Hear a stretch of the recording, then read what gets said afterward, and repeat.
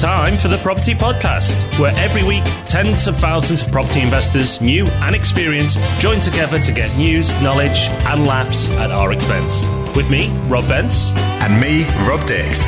Join us every Thursday morning for your weekly dose of property ideas and motivation. Then head over to our website at thepropertypodcast.com to keep the conversation going. Now though, let's get started. Welcome to the Property Podcast. It's episode 39, nearly the big 4-0, Rob. Hi, I'm Rob Bence, and with me every week is Rob Dix. Rob, how are you? Enough of the pleasantries, Rob. You know that this is battle this week. It's the North v South investment duel. So the gloves are off and we're going to be duking it out over our opinions on the investment prospects of different parts of the country. No greetings from me this week. We've got a battle to come. We're also going to be talking about a news story about expats, and our resource of the week is a really useful tool that's going to save you a bunch of time with your due diligence. I'll tell you what, Rob, I was going to go easy on you because I know I'm going to win this, so I was just going to let it be close, but after that, the gloves are off, my friend, the gloves are off. We will see. Okay, well, before Rob and I battle it out and probably end the podcast on number 39, let's get some more reviews in before that happens. And we'd like to say a big thank you to the following people. First up, John says, very informative. As someone in the second year of their RICS APC training, I find your podcast very useful. Cheers. Thank you, John. Carl says, Rob and Rob make my commute enjoyable. I'm new to property investment and I only discovered the podcast a week ago, but I'm already up to episode 20. It's an absolute goldmine of information and it feels like I've learned more in this last week than the last few months of reading property books. I really enjoy the resource of the week as well, and I'm already a convert to Evernote. Thanks Rob and Rob for the work you put into the show and for making my commute in and out of London every day actually enjoyable. Keep up the great work. That's quite some endorsement, making a commute into London enjoyable. I know. I didn't think that was possible. And finally, Ed Simmons says, love it. Hi, Rob and Rob. Never thought I'd be saying this, but I'm looking forward to the morning district line commute. It's great to hear you saying it how it is and sounding out the new age of social and digital property investment. Keep up the excellent work. P.S. Was I the only person who liked Rick? And if you're new to the podcast, you're going to have to go back a bit because Rick was our intro guy. Still a little bit sensitive, but we've just about moved on. 2 commuters there, Rob. So it's like buses. They all come on at once. It's like not the district line where you can wait for hours for any kind of train at all. Brilliant. Thank you so much. Love that. And we've got some more messages this week as well, haven't we? We have. We've had a few recordings in. So thank you to Sean. Let's have a listen to what he had to say. Hi, Rob and Rob. Sean calling from Australia. I'm a beginner buy-to-let investor with only 2 properties and planning on adding a third in the next 6 months. Just wanted to say thanks for a great podcast and to mention that even though you're on the other side of the world, I always find your topics relevant and entertaining. The resource of the week is a great one too. Keep up the good work, guys. Thanks. Thanks, Sean. Really appreciate it. It's always great when we have international listeners as well. I'm so glad you're, finding the subjects we're covering really useful and they relate well to the market where you are. Great to have your feedback. But Rob, like buses, the recordings, we've had more than one in the same week. Let's have a listen then. Hi, Rob and Rob. Love the podcast. I give you 5 stars in iTunes, well deserved. And I love the way you so easy bouncing off each other, and it makes it very easy listening and runs along brilliantly. And for me, I found that it gives me great confidence in my the choices that I've made in property investing, and so it all adds to the sense of well-being. Now, there's some exciting things going on with the Property 118 website and Mark Alexander there, fighting the West Brom building society who've shafted their buy-to-let tracker customers, and more and more people now going up to fight it. And the story has sort of gone on for some months, and it'd be absolutely wonderful to hear Mark sort of summarise it and be grilled by you on the whole issue. And that would make just a fantastic slot in an episode. I'd love you to do that. So keep up the good work. Love it. Keep going. Cheers, boys. Thanks, Ed. Really appreciate it. And thank you for your suggestion. Off the back of what you've said, this nicely links me into what we've done this week, Rob. I've actually interviewed Mark Alexander for Property News Radio because it's obviously more of a news topic. I've interviewed him. That's actually been broadcast now, so we'll link to it in the show notes so you can have a listen for yourself, or you can just go to propertynewsradio.com and find it there. And I interviewed Mark about what's going on with the West Bromwich Building Society. So if you're listening to Property Podcast and you'd like to find out what's been going on there, head over to that episode and you'll be fully updated. But thank you, Ed, for the suggestion. Yeah, thank you. And to my shame, I'm not as clued up as I should be about that issue, so I'll be heading over to listen to it, and the link will be in the show notes. As will links to our new social media presences for the Property Hub. So we've obviously talked about the Property Hub a fair bit. It's going along nicely. If you've signed up for our pre-launch offer on the Property Hub Plus, you'll have heard from us more about getting you in early before the official launch at the start of January. But we're diving fully into social media on this one. We've got Twitter and Facebook accounts set up. We've been a little bit slack, I think it's fair to say, on that side with the Property Podcast, but now we're going in full steam ahead. We're going to link in the show notes to our new Twitter and Facebook presences. So please head over to the show notes, click through, like us, follow us, do whatever you do. And you can also check out our new logo while you're at it, which we're very proud of as well. So it's really exciting to see how everything's shaping up, and it's going to be great to see how that develops over the next month or so. Very exciting. Yeah, I look forward to seeing that develop. So if you want to, head over to the show notes now and find those links and follow or like us. Right, it's time for our news of the week. And this is a subject that's been picked up by the Telegraph, which I could have reported myself because I am seeing this myself, Rob, and it's expats are, well, the Telegraph, a bit more dramatic, rushing to invest in the UK market. I would say are keen to, but that's not as good headline. And it's basically an article highlighting the amount of expats, so people who've left the UK, living in, different places around the world, are looking back at the UK market and are a bit nervous that they're missing out on what's potentially about to happen. So they're investing back here into the UK.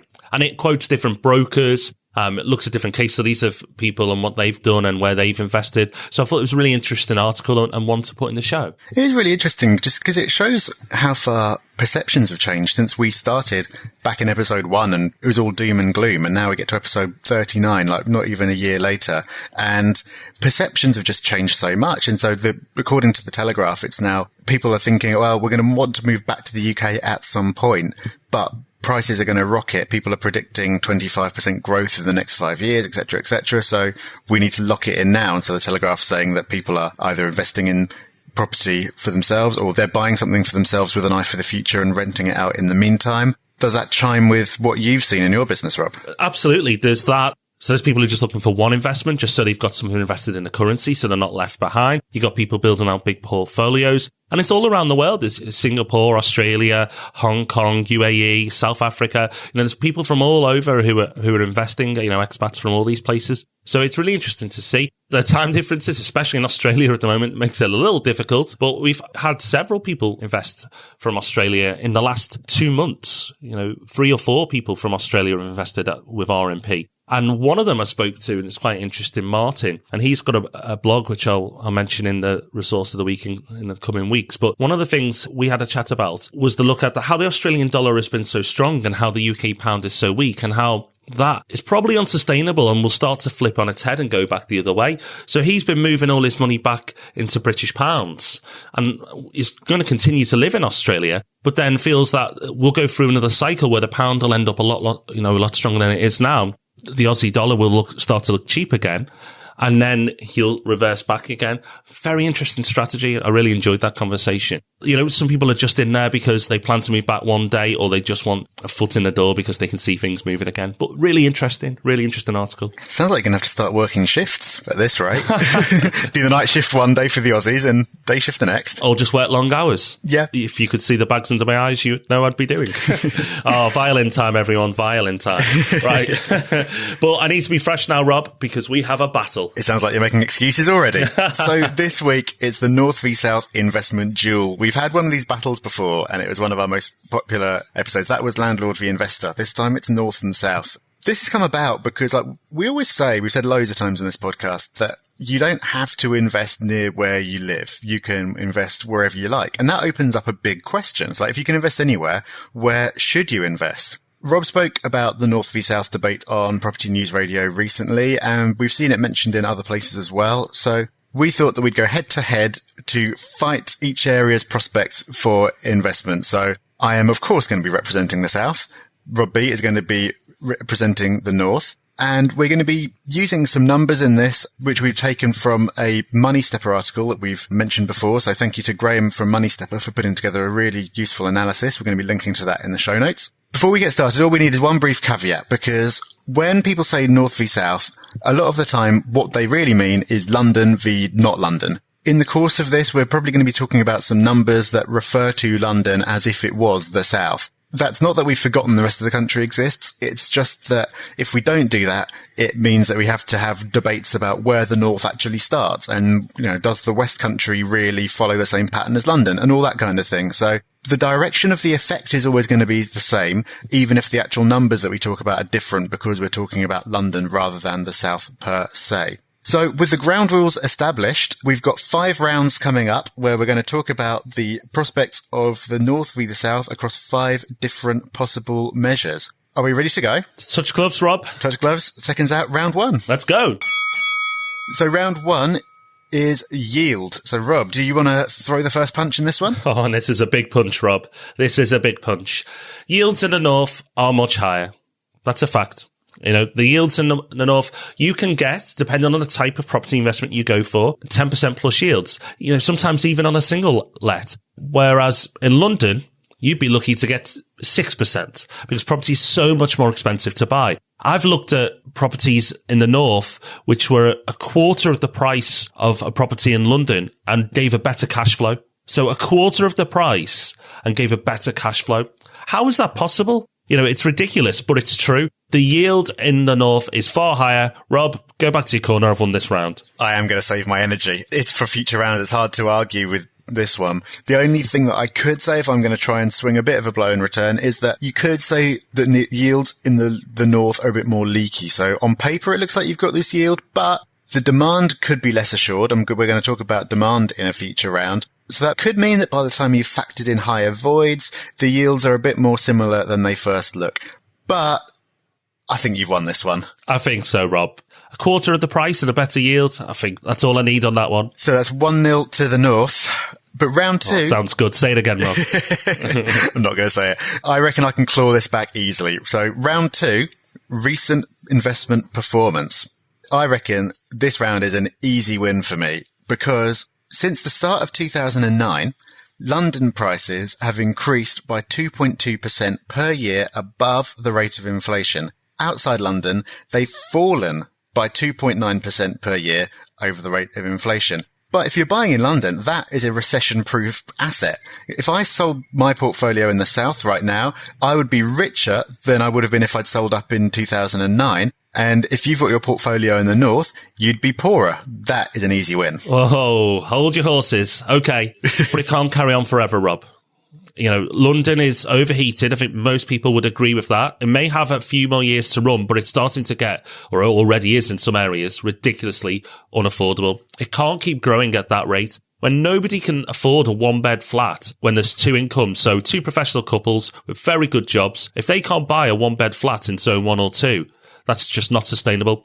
75% of new builds in London are being purchased by overseas investors. Again, that's not sustainable. So since the crash, London property has in recent years pushed higher, but a lot of that has been influenced by overseas investors who are storing their cash there and just see it as a currency reserve. So I believe London is fully priced or very close to being fully priced and will probably drop under inflation levels over the next 2 to 5 years. Property outside of London now is better value than even before the crash when you include inflation. And it's not just me, Rob. I've got a big gun sitting in my corner here. Savills, their recent report, believe that many areas outside of London over the next 5 years will outperform London. So the last 5 years, London has done better, but Savills, myself, believe that the North will do better than the South moving forward because London has just charged so strong, so fast. Damn. So that's sounding nastily like a 2-0 to me. So you've turned it on its head. So London's recent performance is actually a warning sign about what's to come rather than a guarantee of the future. The listeners will have the final say on this. They can let us know what they think the scores are, but that's sounding suspiciously like 2-0 to the North. I think so, Rob. Come on, let me have that one. Okay.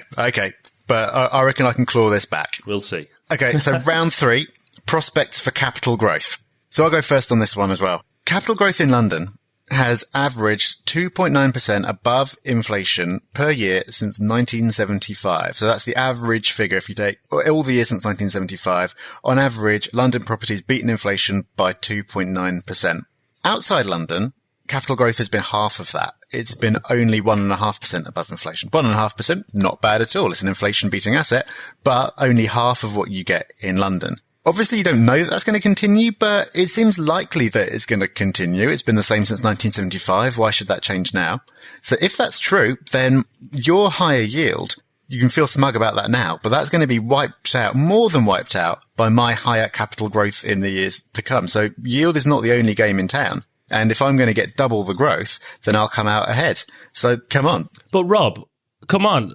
We've just said that Savills and myself, but I'll say Savills just so it gives more weight to my argument. I've said that the rest of the country will outperform London over the next 5+ years. Although those stats are there now, that distance is going to erode. If what's predicted becomes true, then that distance is going to erode over the next few years. It's just all cycles. You know, the UK property average of prices doubling since the 50s, so I'm going to go longer, since the 50s is every 9 years. And that's a UK average, not a London average. You'll still do well on average wherever you go, whether it's the North or London, if you go for the long term. I think that's a strong enough argument there, Rob. No, I don't think so. You're talking about the next 5 years or so, and that's fine. Like, there might be some kind of correction in London. There might be that there's more of a convergence between the regions, but you can't argue with 35 years of history. Whether you like it or not, and I don't particularly like it, London is the main economic driver of the UK. There is an imbalance, but it is the economic powerhouse. So if it's been that way for 35 years, it seems likely that it's going to continue that way, and London is going to continue to attract all the investment, and it's going to continue to have incredibly strong demand, both domestically and internationally, and it's going to grow more and more over the very long term. And remember, we're investing for the very long term here. We're not just talking about the next 5-10 years. Deep breath. Okay, Rob, I could feel that I could carry this point on for a lot longer, but in the interest of entertainment, I'm going to say you got that one. On points, maybe. I don't know. That was a close one, but shall I have that one? Go on, 2-1. Okay, 2-1. What's next? Rental demand. Okay, so let's have a look at rental demand. I know what you're going to say, but I don't care. If you buy somewhere and you get the fundamentals right, and Rob, you say it all the time as well, so you can't change your tune now, there will always be demand. If you go where there's jobs, investment, great transport links, good schools, shops, etc., you'll always have tenant demand. It doesn't have to be in London. Some people think that, you know, if you step outside the M25, suddenly, you know, the economy falls apart. You know, there are very, very strong towns and cities economically further north. You know, I've talked about Warrington in the past, Leeds, Manchester, there's plenty more. Those cities will always have good tenant demand if the fundamentals are right. So predictable, Rob. I knew you were going to come out with that one. And it's true, but you've got to admit that London has so many jobs and the economy is so diverse that there's always going to be strong rental demand, whatever happens in the economy. I'm not saying that's not true for some other parts of the country, but in London, it's absolutely nailed on. And I've got another one up my sleeve as well, because London's got high prices. We know that. We've talked about that. That's why you won the yield round so convincingly. But those high prices also mean that far fewer people can actually afford to buy. What does that mean? A higher proportion of people in the south rent than do people in the north. That is another reason why the rental demand is always going to be stronger than the south, because if you do own somewhere, you're going to have so many more renters who are going to be competing for your property than in the north, where it's more likely that because prices are more sensible perhaps, that people are actually going to be able to buy their own place when they're younger or before they're married or whatever. So rental demand is going to be stronger, not just because of the jobs and the economy and everything else, but because of the high prices. I'd say that's your most convincing round yet, Rob. I'll definitely give you that one. Let's see if I can hit you with a knockout blow now, and let's look at the impact on investment strategy. And because the north is cheaper, you can buy more properties. So therefore, you're spreading your risk. So you can own 4 flats, which I mentioned before, each producing a better cash flow than one in London, which means that if there's a void in one of your properties, then you're only losing 25% of your income instead of 100%. Yeah, of course you are. But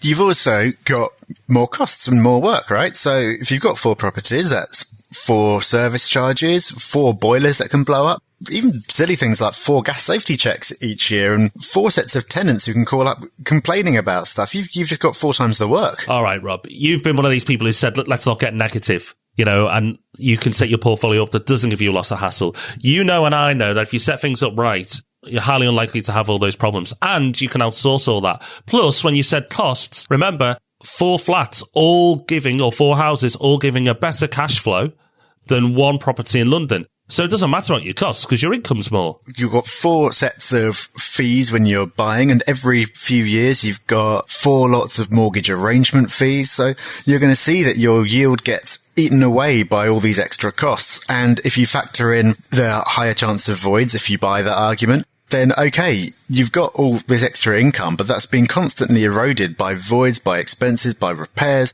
by financing costs, by all these things. In the meantime, the hypothetical 1 London property that you've got ends up making more money and costing less and being a lot less work. Okay, the only way we could determine a winner on this point is if we got the cash flows out and we started putting projections for the future.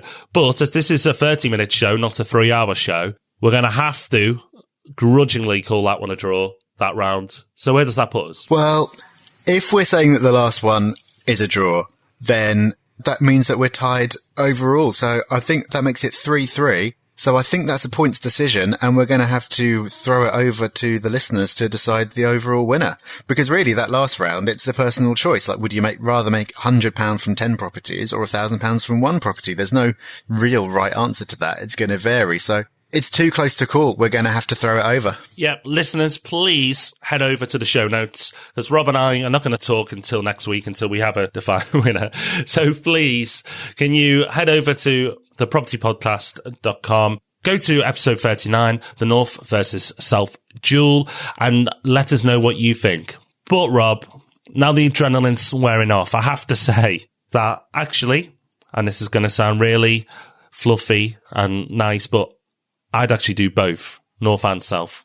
And I do. Yeah, we both do. We've said at the start that you can invest anywhere. And so because you can do that, in reality, you don't have to choose. You don't need to nail your colours to the mast for one particular place and buy everything around there. You can have properties all over the place.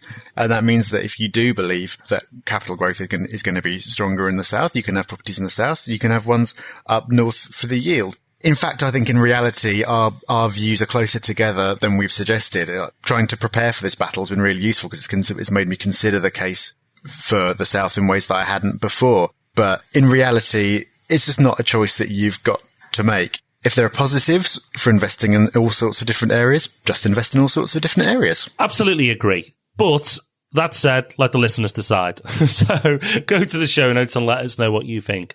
So our resource of the week, again, ties in quite nicely because with all this property investment, you're going to need to do a little bit of research. A little bit? A lot of research. So we've given you plenty tools, tips, hints and tricks over the 39 episodes, but we've got a great resource this week and it's from Property 118, and Mark Alexander's been in touch again, and he's sent over a property search tool which has been put together by himself and other contributors from outside the website to make property investment that little bit easier to research. And it's a great tool, Rob. Yeah, so the idea is that all you have to do is put in the postcode of the property that you're interested in, and it will pull together all the different information from lots of different sources in one place. We've talked about all kinds of different factors that you need to consider when you're buying somewhere. So you'll be interested in things like whether it's an affluent area, you'll be interested in the crime statistics, you'll be interested in schools, all these kind of factors that are going to influence how much in demand that property is. All the way down to parking and pubs and things like that. Broadband speed, that can be a real barrier these days if you can't get decent broadband. And then there's all the normal stuff as well, like the land registry prices and Zoopla and Rightmove. There's all this stuff in there. And so by putting in your postcode, it pulls up everything. And all you have to do is to click through to the one you're interested in, and it'll pull everything up on the same page for you. It just saves so much clicking around. I've got a whole bookmark list full of things that I run through, but now don't have to do that. It's all in one place. So it's a really useful tool. It's at property118.com/property-search-tool. But if you can't remember all those hyphens, don't worry, because we're going to be linking to it in the show notes, of course. Absolutely. So head over to the show notes. There's lots to do this week. We've got articles from Graham at Money Stepper. Thank you very much again, Graham, for all the data you've put together and your articles over at Money Stepper. This made this show a lot easier. Thank you to Mark Alexander for the property search tool and letting us know about that. It's a great tool. And of course, we need your votes. Who's won this round? Go to the show notes and let us know. Right, Rob, next week, it's the 19th of December. So, shocker. Guess what we're doing? Yeah. What does last episode before Christmas always mean? Christmas special, which means which means we're both going to wear our most festive jumpers while we record. We'll maybe put some sleigh bells over the intro music or something. I don't know. What do people do in Christmas specials? We make it cheesy. That's what we do, Rob. But we'll still pack in loads of value. We're going to be doing a few episodes over Christmas and New Year, including our favourite resources of the year, our top fives, looking forward to the new year, what our predictions are. So we've got lots and lots of episodes lined up over the next few weeks that actually I think everyone's going to really, really enjoy. So make sure you join us for that one, because it's going to be a very festive but informative episode. Absolutely. Well, looking forward to it. We'll see you then. Super. Thanks, everyone. Bye-bye. Bye. Thanks for listening to The Property Podcast. Make sure you join our mailing list at thepropertypodcast.com. And remember, we love 5-star reviews. Rob even loves them more than air miles.